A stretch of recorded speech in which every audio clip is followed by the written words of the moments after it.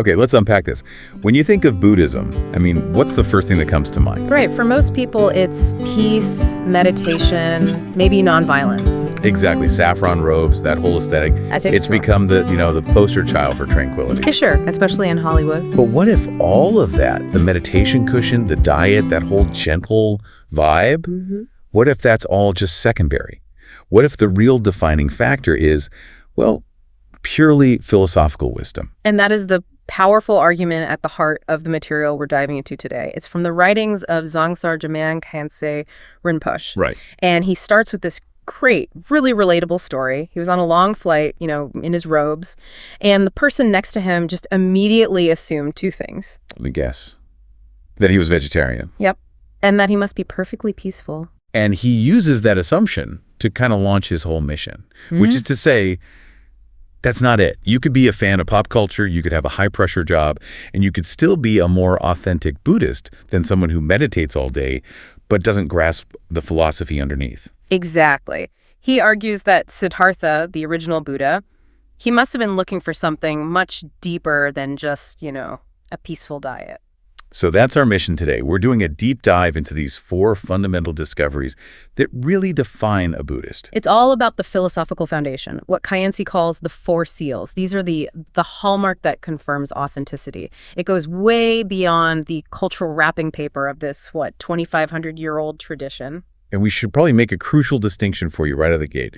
A lot of people know about the Four Noble Truths. Right, which are all about suffering. Exactly. Its origin, how to stop it. But these 4 seals are different. The source material really emphasizes that while the Noble Truths are critical, the seals are the foundational view. They encompass all of Buddhism. Think of it like this. The Noble Truths tackle the mechanics of suffering, but the seals, they're like the universal laws that frame reality itself. Okay. So if you accept these 4 truths, these discoveries the Buddha made under the Bodhi tree, you are philosophically on the path. If you reject even one, well, the path is said to be fundamentally closed to you. It's an incredibly precise definition. And the author admits that asking what makes someone a Buddhist is not really a question for light conversation. Not at all. But here it is. Khyentse says, you're a Buddhist if you accept these 4 truths. And we should probably say Buddhists venerate wisdom above everything else. Yeah, that hierarchy is key. Wisdom comes before morality, before compassion, and definitely before diet. These seals are secular truths based on wisdom. They're not divine commandments. They're discoveries. Discoveries, exactly, not edicts. Okay, so let's lay them out. The first seal. The first seal is all compounded things are impermanent. And compounded, that's the key phrase here, right? It's everything. I mean, anything fabricated, anything assembled from parts, anything that relies on causes and conditions to exist. So your body, your career. Your body, a relationship, a skyscraper, the idea of a government.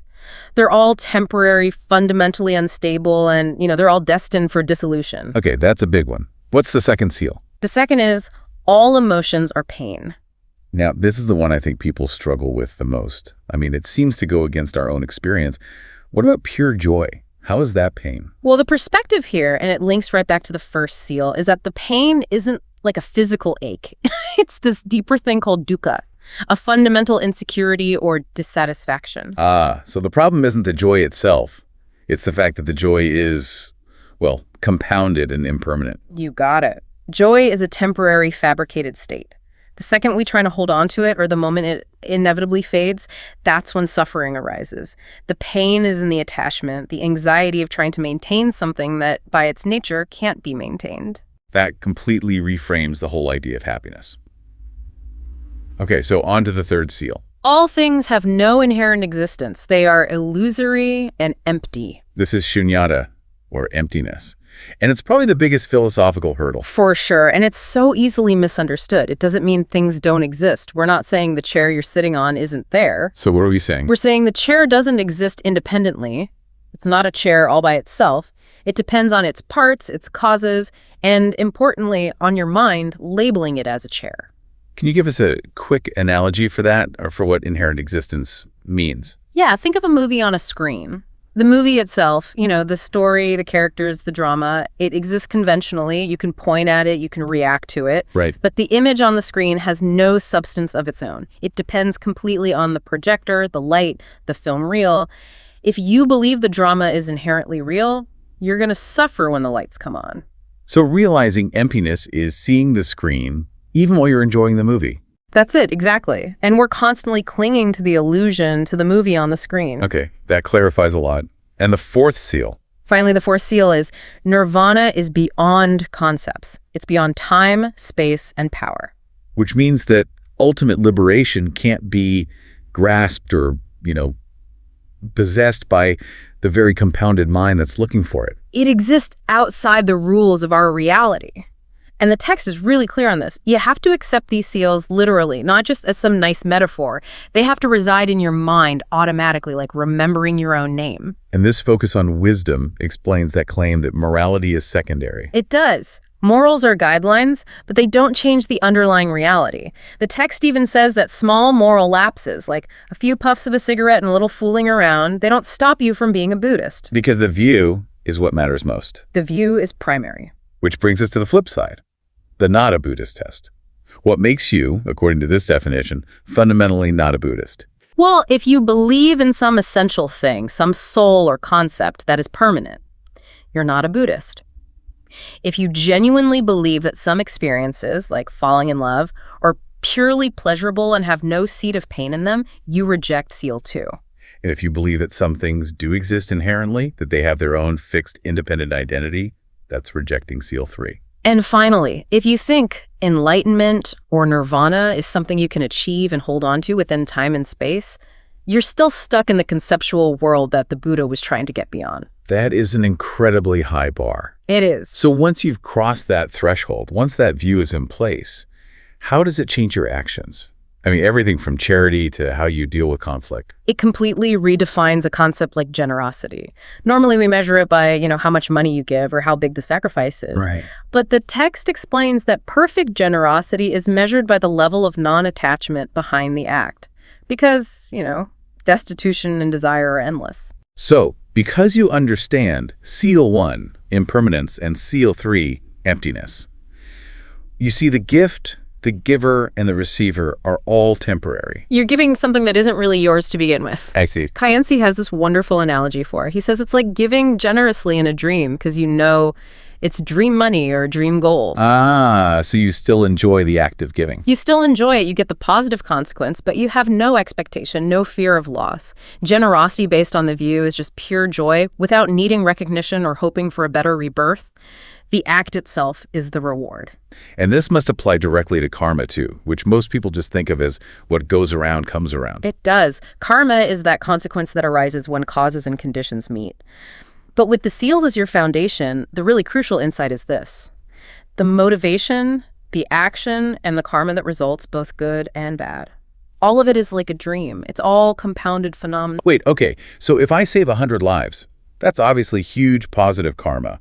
Why would the view require me to see that as an illusion?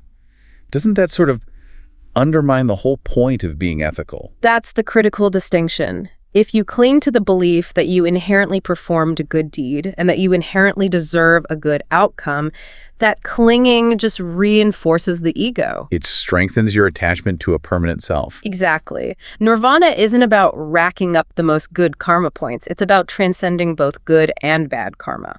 So the good deeds are done not to get merit, but because compassion is just the natural expression of a mind that isn't clinging to things. Yes. The text says a good action, even feeding every hungry person in the world if it's done without the 4 views.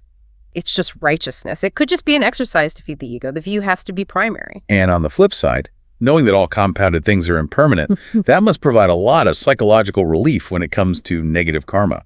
It does. If negative karma is compounded, then it's fundamentally changeable and purifiable.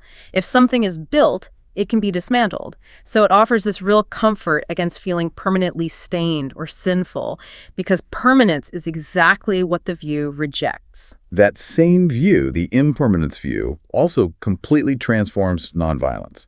We usually think of nonviolence as, being meek or passive. Right, like submissiveness with a smile. But Buddhist nonviolence, based on these seals, is not that. The root cause of violence, according to the source, is our fixation on extreme ideas. Like my justice versus your injustice. Exactly, or my morality versus your lack of it. It's clinging to these dualistic views. So because those views, those fixations, are compounded and impermanent, When you realize they're essentially illusory, the fuel for the conflict just disappears. Precisely. When there's no ego, no clinging to a self, there's no real reason to be violent because the threat to a permanent you dissolves. It's easier to forgive your enemies when you see them as just trapped by their own habits and ignorance, which are also, compounded and impermanent. So this is getting pretty deep. Let's shift gears a bit to the cultural side. I think a lot of people associate this path with, harsh renunciation. Monks eating nettle soup, asceticism. Does accepting the seals mean you have to quit your job and move to a cave? No, not at all. The definition is actually incredibly flexible on this. The text reminds us that King Ashoka, adorned in pearls and gold, was a huge force in spreading the Dharma. Right, he built stupas everywhere. You can be a king, a CEO, or, as the text says, someone who idolizes Eminem and Paris Hilton and still fundamentally accept the Four Seals. So renunciation isn't about the physical act of giving things up. It's an internal change. Absolutely. What you're renouncing is the habitual clinging to the world and to yourself, not the world itself. Once you really understand the essencelessness and impermanence of things, renunciation is just changing your attitude. It's not punishment. It's liberation from attachment. This brings us to a really beautiful metaphor the author uses to separate the core truth from all the cultural stuff around it, the tea in the teacup. It's a perfect analogy. The Four Seals are the tea. That's the pure, non-negotiable truth. Okay. And all the cultural stuff, the rituals, the specific meditations, the robes, the incense, the language, all of that is the cup. It's the method the container used to deliver the truth. And the Buddha himself said the cup should be adapted, right? The methods should change to fit the time and place. Correct. But the tea, the four truths, that can't be updated or modified. Impermanence is still impermanence, whether you're in an ancient temple or standing in the middle of Times Square. And the warning here is pretty critical. We tend to focus way too much on the tangible cup, the cushions, the exotic rituals. And we forget the tea. The text warns that people walk around with these beautiful cups, but they're totally empty. If a practice, even one that seems really loving and compassionate, contradicts one of the four views, Siddhartha warned his followers to leave it be. The philosophical integrity has to be preserved above all else. Always. So that acceptance of these facts, the Four Seals, that's what's called right view. And that view determines everything else. And this is really why you, the listener, should care. Khyentse points out that if you don't have faith in these truths, you'll just live in an illusory world, constantly trying to solve problems that are based on a mistaken view of reality. It becomes an addiction to problem solving. We solve one problem, get a new job, find a new relationship, and instantly two more pop up because we're still clinging to an impermanent result. Yeah. And seeing that cycle never, ever ends, that's the real beginning of the search for inner truth. The author challenges us, he notes that our society today ignores even the most practical truths, like the connection between a recession and greed. Yeah. It all comes back to having a faulty view. Which brings us to maybe the most provocative thought in the entire source material. The author says that if proof ever emerged that the logic of the Four Seals was faulty, right? If some scientist could prove that clinging to the self is actually not pain, or that something truly defies impermanence, then Buddhists should willingly follow that new truth. They must, because enlightenment is the realization of the truth, period, no matter where it comes from. It's an intellectual humility you just don't see in most religious dogma. So you have this 2,500-year-old tradition that's defined by its readiness to just abandon its core view if a more fundamental truth is found. Its fragility is its strength. Because it rests entirely on observed reality, not blind faith. Which leaves you with the ultimate question. If the fundamental view that defines this entire philosophical tradition is that fluid, that open to correction, how certain are you of the fundamental truths that govern your life and your decisions right now? Are they based on observation or just on habit and assumption? Something to think about.